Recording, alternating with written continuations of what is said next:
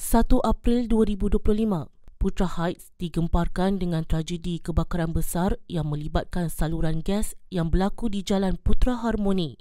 Kebakaran ini bukan sahaja memusnahkan kediaman, harta benda, tetapi turut menimbulkan kesan yang mendalam kepada mangsa. Di sebalik bencana ini terdapat cerita tentang pengorbanan, semangat kesukarelawan dan harapan baru. Putra Heights kini berdepan fasa pemulihan. Sukarelawan sudah turun menjalani misi pembersihan. Setiap hari kami cuma dibenarkan untuk masuk 50 orang. Cuma baru sehari yang lepas kita diminta untuk menambah kekuatan itu sehingga 100 orang. So kita bersama-sama dengan pihak KDB membersihkan jalan-jalan yang memang kita tahulah hemburan tanah dan juga sepihan-sepihan kaca dan sebagainya, yang itu memang kita bersihkan untuk memudahkan penduduk masuk bila diorang boleh dibenarkan masuk nantilah. Dalam usaha membantu kerja-kerja pembersihan, pasukan sukarelawan Selangor Surf dan tim Selangor tidak lari daripada cabaran. Berdepan dengan kekangan cuaca, jadual kerja sukarelawan yang tidak menentu tidak melemahkan semangat mereka untuk terus membantu. Ada cabaran actually sebab jujur dikatakan memang untuk tim Selangor ataupun Surf memang sambutan tu menggalakkan, especially kalau weekend.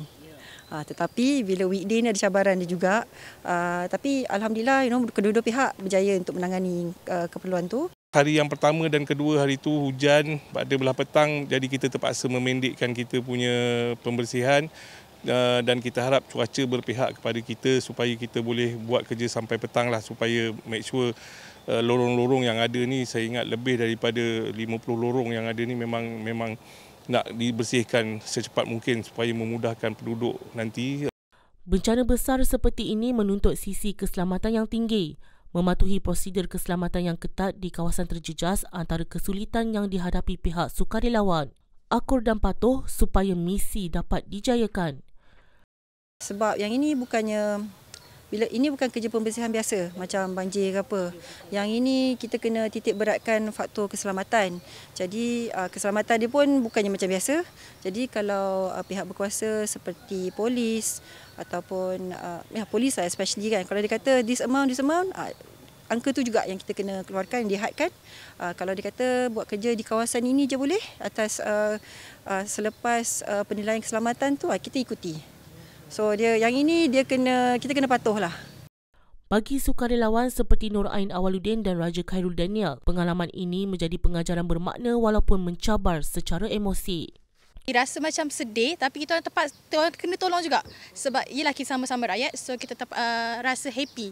Happy dalam masa sedih tu ada, cuma kita kena nampak emosi kita stabil untuk diorang rasa okey, kita orang ada boleh bantu diorang sekali. Memang tak masuk, kita tak dapat pelepasan untuk masuk ke dalam. Cuma kita dapat tengok daripada luar tu memang keadaan tu dengan shilling pecah, apa semua dengan tingkap cair apa semua, memang banyak teruk lah kan. Memang sedih lah tengok.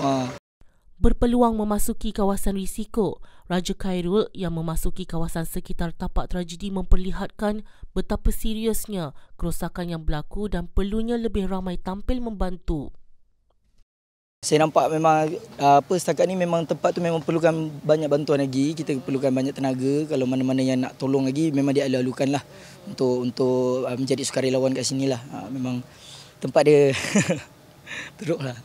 Di sebalik tragedi terselah semangat perpaduan, bukan hanya membersihkan serpihan dan sisa tetapi dapat menyatukan hati sesama masyarakat. Diharapkan dengan kerjasama yang berterusan daripada semua pihak, Putra Heights akan kembali pulih seperti sedia kala. Laporan daripada Ana Farina bersama juru kamera Naim Abu Bakar untuk Media Selangor.